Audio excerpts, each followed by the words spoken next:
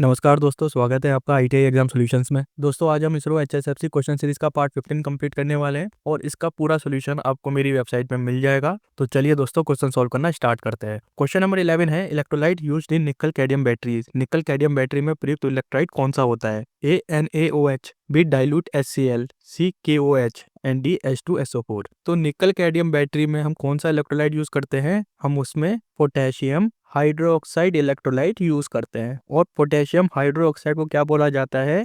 Potassium hydroxide को बोला जाता है KOH। अब इसमें क्या होता है, जो 30% सोल्यूशन होता है ये होता है प्योर KOH और 70% एक्वा सोल्यूशन होता है या इसमें डिस्टिल्ड वाटर होता है। तो इस रेशियो को भी आप याद कर लेना, 30:70 इसका रेशियो होता है। और इलेक्ट्रोलाइट क्या प्रोवाइड करता है? ये कंडक्टिविटी प्रोवाइड करता है आयंस को। आयंस की मूवमेंट में इलेक्ट्रोलाइट काफी ज्यादा हेल्पफुल होता है। सो इसका राइट आंसर क्या होगा? इसका राइट आंसर होगा option number C, KOH। Question number 12 है, what is the radius of the circle represented by the equation x² + y² + 4x + 2y + 4 = 0। समीकरण x² + y² + 4x + 2y + 4 = 0 द्वारा दर्शाए गए वृत्त का त्रिज्या क्या होगा?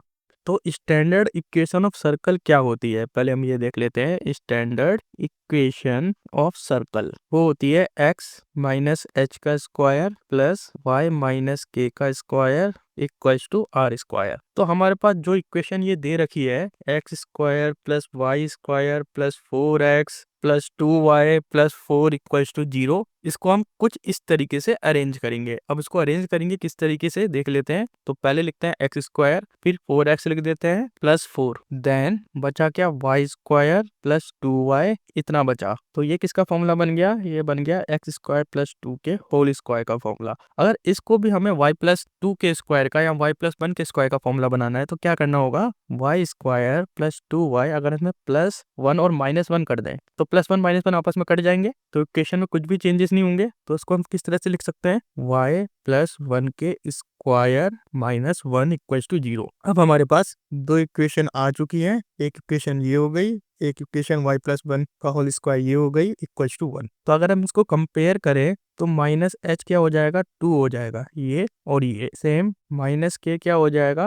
1 हो जाएगा।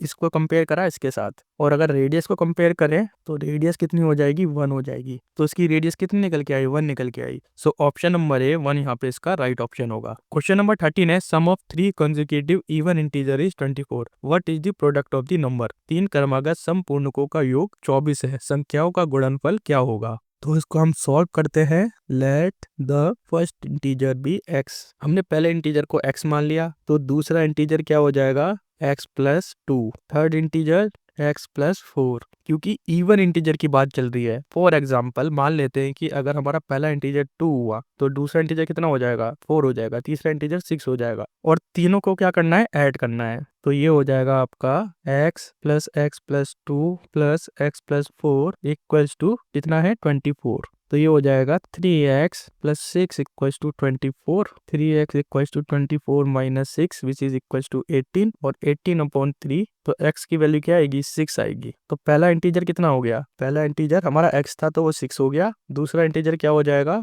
x + 2 which is equal to 6 + 2 8, और तीसरा इंटीजर क्या हो जाएगा? 10। तो ये तीन हमारे कंसेक्यूटिव इंटीजर हो गए। अब इसका हमें प्रोडक्ट निकालना है, तो तीनों को मल्टीप्लाई कर देंगे, 6 × 8 × 10, तो 10 8 जा 80, और ये आ जाएगा 480। सो ऑप्शन नंबर डी 480 यहाँ पे इसका राइट ऑप्शन होगा। क्वेश्चन नंबर 14 है, फाइंड द मीन ऑफ दिए गए आंकड़ों का मध्य ज्ञात कीजिए। तो हमें मीन निकालना है। तो मीन निकालने के लिए सबसे पहले क्या करेंगे? x और f को मल्टीप्लाई करेंगे। तो कर देते हैं ऐसे मल्टीप्लाई। तो 4 × 4 कितना हो जाएगा? 16। फिर इनको ऐड करते रहेंगे, 5 और 3 15, 6 3 जा 18, 7 5 जा 35, 8 3 जा 24, और 9 2 जा 18। इनको ऐड करेंगे तो आएगा 126। अब जो हमारी फ्रीक्वेंसी दे रखी है इसको हम ऐड कर लेंगे डायरेक्टली। तो ये हो जाएगा 4 + 3 7 + 3 10 + 5 15 + 3 18 + 2 20। तो ये निकल के आएगा, f कितना निकल के आया? 20। और लास्ट में x डिवाइडेड बाय होता है f, तो 126 divided by 20 which is equal to 6.3। So option number A 6.3 यहाँ पे इसका राइट ऑप्शन होगा। क्वेश्चन नंबर 15 है, Q meter is used for measuring which quantity. Q meter का उपयोग किस राशि को मापने के लिए किया जाता है? A charge, B power, C impedance, and D none of the above. Q meter quality factor को नापने के लिए काम में आता है। और ये किसका क्वालिटी फैक्टर नापता है? ये इंडक्टर एंड कैपेसिटर इन दोनों का क्वालिटी फैक्टर नापता है। और इंडक्टर और कैपेसिटर से मिलकर क्या बनता है? इनसे मिलकर बनता है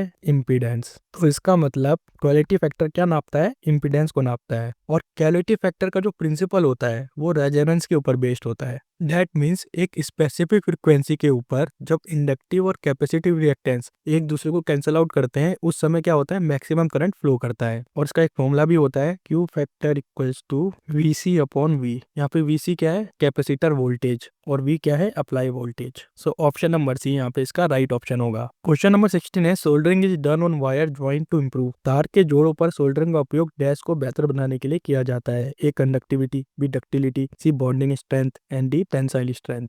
देखिए, सोल्डरिंग की मदद से हम बॉन्डिंग स्ट्रेंथ को इनहेंस करते हैं या इसको मजबूत बनाते हैं। और दो सोल्डरिंग की वजह से कंडक्टिविटी भी अच्छी रहती है। लेकिन ऑलरेडी हम कॉपर वायर यूज करते हैं वायर्स के लिए, और जो कॉपर वायर की कंडक्टिविटी होती है as compare to soldering wire वो अच्छी ही होती है। तो हम बेसिकली सोल्डरिंग की मदद से बॉन्डिंग स्ट्रेंथ को मजबूत करते हैं। और सोल्डरिंग की वजह से और क्या क्या चीजें हो सकती हैं, पहला तो हम लिख लेते हैं, पॉइंट लिख लेते हैं। एक तो ये स्ट्रॉन्ग बॉन्ड बनाता है, दूसरा इससे कंडक्टिविटी भी अच्छी होती है, तीसरा ये कोरिजन रेजिस्टेंस भी होता है, यानी कि आउटर एटमॉस्फेयर का प्रभाव कम पड़ता है, और ये हीट रेजिस्टेंस भी प्रोवाइड करवाता है। ये कुछ प्रॉपर्टीज होती हैं सोल्डरिंग की। सो ऑप्शन नंबर सी यहाँ पे बॉन्डिंग स्ट्रेंथ इसका राइट ऑप्शन होगा। क्वेश्चन नंबर 17 है, the base of the number system for the addition operation 25 + 15 = 43 true be true is. योग संक्रिया 25 + 15 = 43 के सत्य होने के लिए संख्या प्रणाली का आधार डैश है। तो हम मान लेते हैं let the base of the system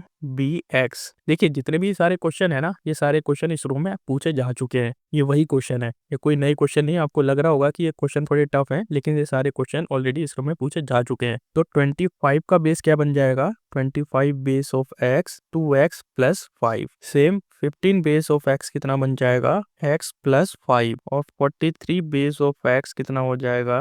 4x + 3। तो इक्वेशन हमें क्या दे रखी थी? 25 + 15 = 43। तो ये क्या हो जाएगा? 2x + 5 + x + 5 = 4x + 3। अब क्या है? अब कुछ नहीं करना है, केवल इक्वेशन को सॉल्व करना है। 2x + x कितना होता है? 3x + 10 = 4x + 3। 10 - 3 = 4x - 3x। ये हो जाएगा 7, और 4x - x x। तो x का बेस कितना होगा? 7 होगा। सो ए ऑप्शन नंबर ए यहाँ पे इसका राइट ऑप्शन होगा। क्वेश्चन नंबर 19 है, what is the rotor current frequency of a 6 pole 3 phase induction motor running at 950 RPM while connected to a 50 hertz supply. 50 hertz supply से जुड़े हुए 950 आरपीएम पर चलने वाले 6 पोल 3 फेज इंडक्शन मोटर की rotor धारा आवृत्ति क्या होगी? तो सिंक्रोनस स्पीड का फॉर्मूला क्या होता है? 120 F/P। तो ये हो जाएगा 120। फ्रीक्वेंसी कितनी दे रखी है? 50 हर्ट्ज, और नंबर ऑफ पोल कितने? 6।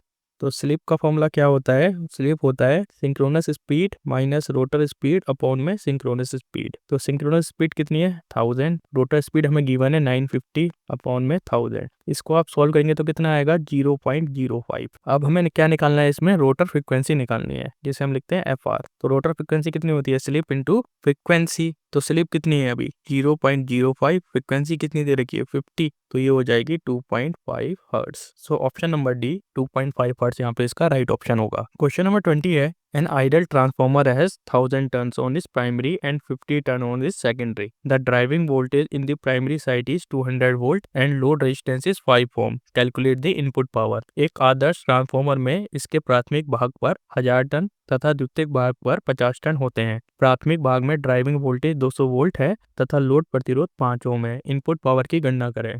तो आइडियल ट्रांसफार्मर का जो फॉर्मूला होता है वो क्या होता है? प्राइमरी वोल्टेज अपॉन में secondary voltage equals to primary turns upon में सेकेंडरी टर्न्स। तो प्राइमरी वोल्टेज हमें कितना दे रखा है?